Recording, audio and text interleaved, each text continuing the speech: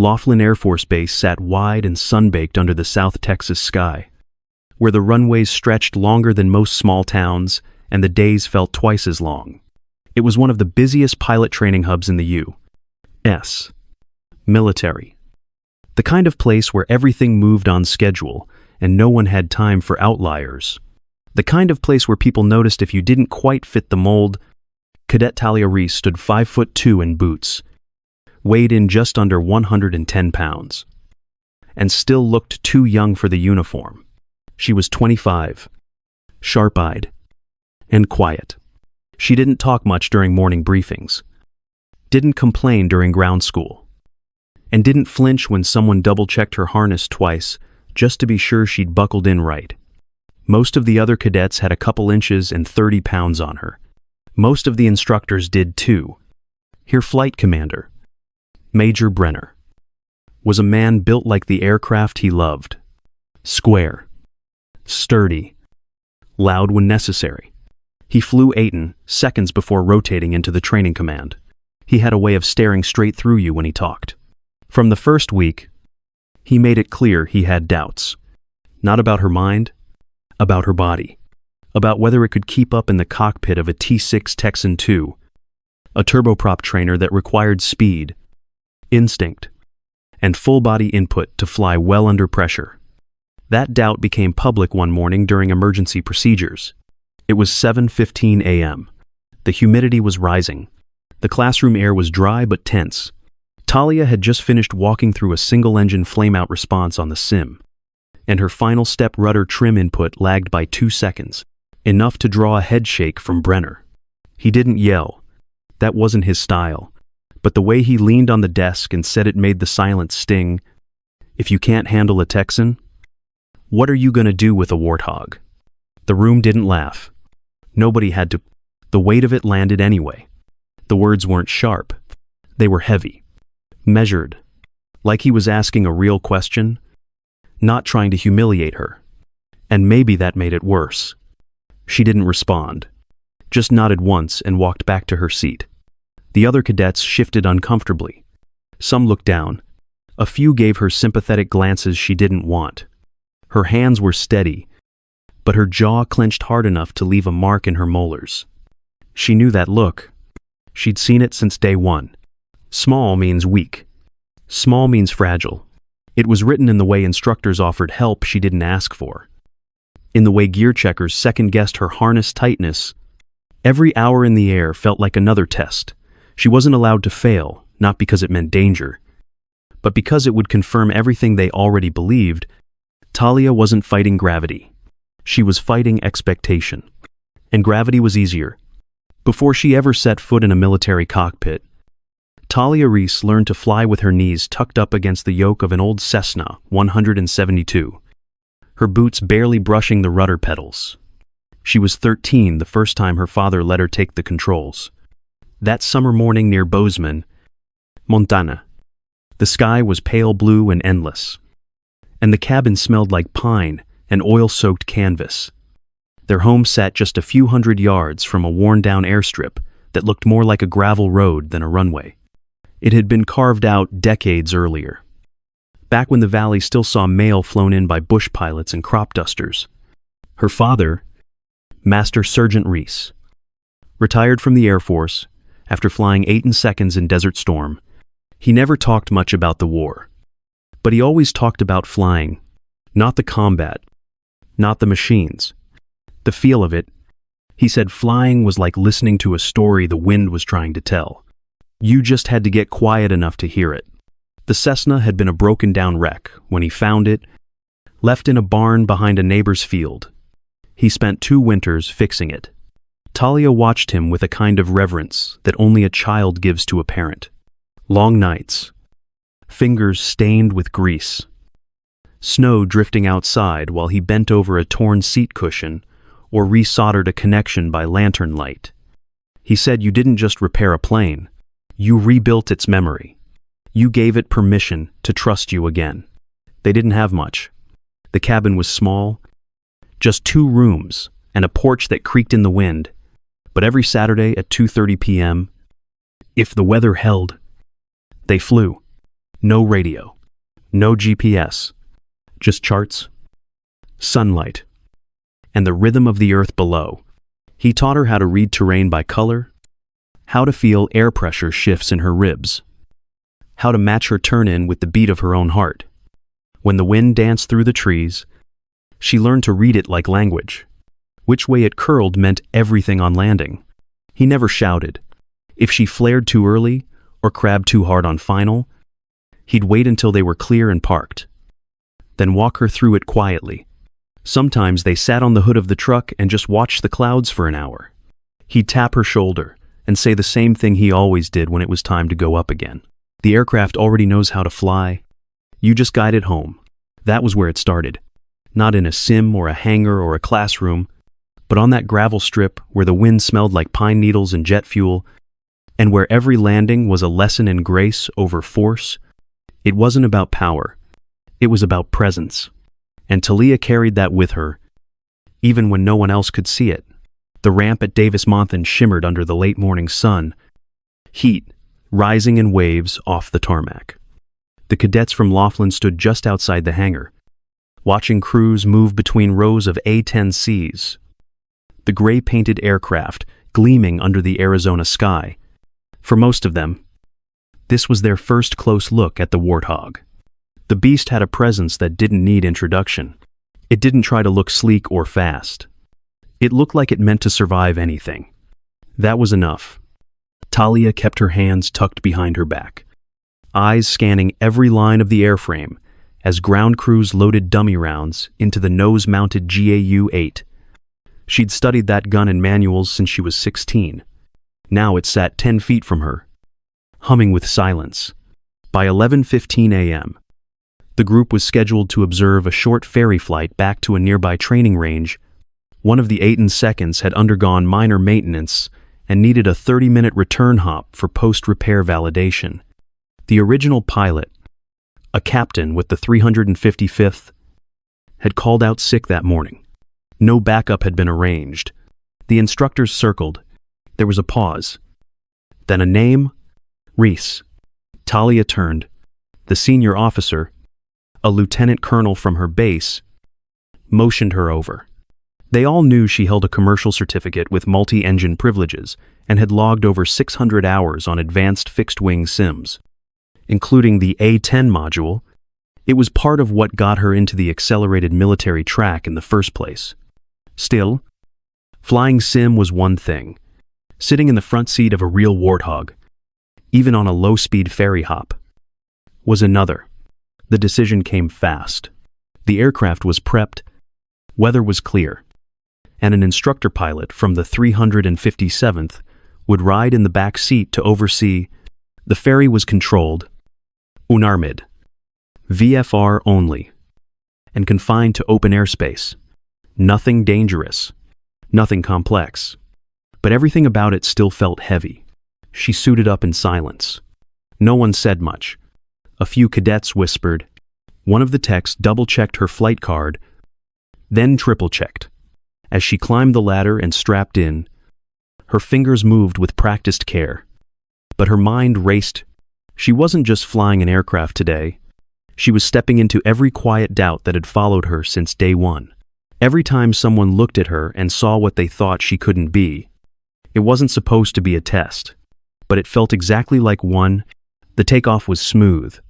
They rolled out from Davis-Monthan at 2:30 p.m., climbed out under clear skies, and leveled at 6,000 feet within minutes. Talia stayed focused, one hand on the throttle, the other adjusting trim. The instructor behind her called out checkpoints, casually, like he'd done this 100 times, because he had. She scanned the panel, listened to the low hum of the twin engines behind her, and let herself feel just a little of the awe. Flying the Warthog wasn't something cadets got to do. Not really. Even supervised. Even on a ferry hop. It was rare. She told herself to stay ahead of the aircraft. Watch the gauges. Watch the wind. At 6,400 feet, she felt it first notice the drop in torque on engine 1. Then the stutter. Seconds later, a low vibration hit the pedals. She tapped the gauge, adjusted mixture, checked fuel flow. Nothing changed. Then the engine quit. Just like that. The instructor started to speak. Quick and clipped. But before he could run the checklist, engine 2 dropped RPM. It wasn't a surge. It was a slide, like a breath leaving the aircraft. The nose dipped slightly as both turbines spooled down. Then came the turbulence light. But sudden. The instructor reached for the controls, just as the plane jolted. His helmet cracked the canopy brace. Hard. He slumped back. Motionless. And then it was quiet. Dead quiet. Talia didn't freeze. She didn't panic. She flew. Hands moved automatically. Maintain glide speed. Pitch for best lift. She looked for terrain. Flat space. No trees. No towers. The radar altimeter ticked down. Wind speed held steady. She remembered the old drill with her father. The silent descent. The way he made her land the Cessna, with no throttle on gravel, using nothing but airspeed and slope. She eased the stick, trimmed nose up slightly. Her heart was racing, but her hands weren't shaking. The map flashed in her mind. East of their location, just 5 miles, sat a decommissioned highway straight. Long. Abandoned since the 60s. Used as a backup strip during wartime. She turned toward it. Banking slow. Wide. Watched for crosswind. Eyed the sun angle. Don't fight the plane. Let it fly. Just guide it. She managed airspeed with shallow pitch changes. No brakes. No flaps. The gear came down manually with a wrench, and hope. She lined up with the faded center line. No time for hesitation. The wheels hit hard. Bounced once. Then again. She corrected gently. Let the weight settle. Let the speed bleed off. The canopy fogged with heat and adrenaline.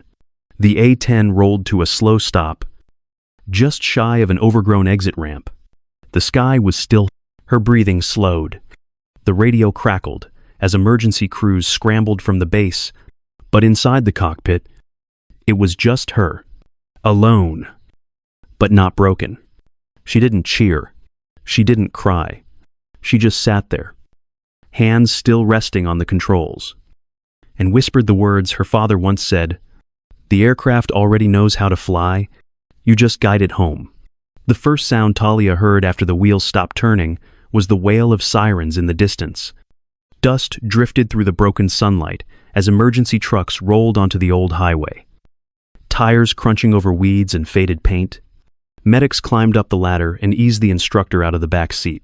His helmet was cracked, but he was conscious. Blinking. Asking what happened. They loaded him onto a stretcher, and she watched him go without speaking. The A-10 sat tilted slightly, but its wings were whole. A gear locked. Its fuselage unscarred except for a few streaks of dirt.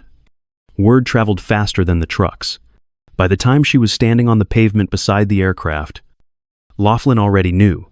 A cadet had landed a Warthog with no engines. Instructors who had been in the lounge when the call came in stopped mid-sentence. Some thought it was a rumor. Some laughed. When the confirmation arrived, the room went quiet. Major Brenner was handed the flight recorder data at 4:30 p.m. He sat down in his office and played the telemetry twice. Speed, altitude, rate of descent, control inputs, all lined up like a textbook case of an impossible landing. He didn't say a word, just stared at the screen, fingers resting on the edge of his desk. Talia was flown back to Laughlin that evening. No applause waited for her. No speeches. Just a summons to a windowless conference room, with 3 senior officers seated at a table. They asked her to walk them through each moment. She described fuel readings, wind correction, glide path, the choice to land on the highway. She spoke softly, evenly. No dramatics, only facts. The officers exchanged looks, but didn't interrupt. It was clear they weren't just hearing a story. They were seeing how someone with limited size but deep skill had done something even seasoned. Pilots might not manage under pressure. The respect in the room didn't show as smiles or congratulations. It showed in the way their posture changed, in the way their pens stopped moving. For the first time since arriving at Laughlin, she wasn't the smallest cadet in the room. She was the pilot who had brought an A-10 home. The room was plain. No windows, just a projector, a few legal pads, and a polished table that reflected more than it revealed. Talia sat across from a colonel and 2 flight examiners. No one raised their voice. No one smiled. It wasn't that kind of meeting. The colonel asked how she managed the landing. His tone wasn't skeptical, just steady, direct. She answered in order: how she recognized the flameout, how she scanned terrain, how she picked the highway because it was the only strip long and flat enough within range. She explained the glide slope, the gear extension, how she trimmed nose up to bleed speed without losing lift. It wasn't a performance. It was procedure, but the way she spoke made it feel like more than that. One of the examiners leaned forward. He asked why she stayed so calm, why her inputs were so measured. She paused, then said, "Because I learned a long time ago not to fight the plane. My father used to fly 8 in seconds. He told me something once. The aircraft already knows how to fly. You just guide it home." The words settled into the room like dust after impact. The colonel looked at her, really looked. Then, down at the report in front of him, no one spoke for a full 10 seconds. The silence wasn't awkward. It was earned. He finally said they were going to recommend her for the fast-track pilot program. Not just because of what she did, but how she did it, the decisions, the discipline, the instincts. He said that kind of flying doesn't come from talent. It comes from time, passed down like muscle memory. Back at Laughlin, the news filtered through the chain slowly. No announcement, just a memo. Major Brenner saw it on his monitor around 6:15 p.m. He didn't call her in, didn't leave a note, but he sent one message to the scheduling officer. He wanted to observe her next check ride. That quote she carried from her father, the one no one had paid attention to before, was now being passed around among instructors. Not mocked, not debated, just remembered, quietly, like maybe it was something more than a saying. Maybe it was the reason she had stayed steady when everything else went quiet. Talia finished the accelerated track just before the start of fall. She passed every check ride, every sim, every eval with the same quiet focus she'd carried since day one. No celebration, no speech. Just a name on a list and a pair of wings handed to her in a small ceremony at 7:15 a.m. The kind where you shake a hand, say thank you, and move on. She didn't mind. She hadn't done any of it for applause. Before her deployment orders could be finalized, she was pulled aside by the flight commander. They wanted her to stay at Laughlin for one more cycle, not as a student, but as an assistant instructor, specifically to help teach emergency procedures, dead stick landings, glide management, systems confidence when systems fail. She nodded once and said, sure. She never called herself an expert, never stood in front of the room like she had something to prove.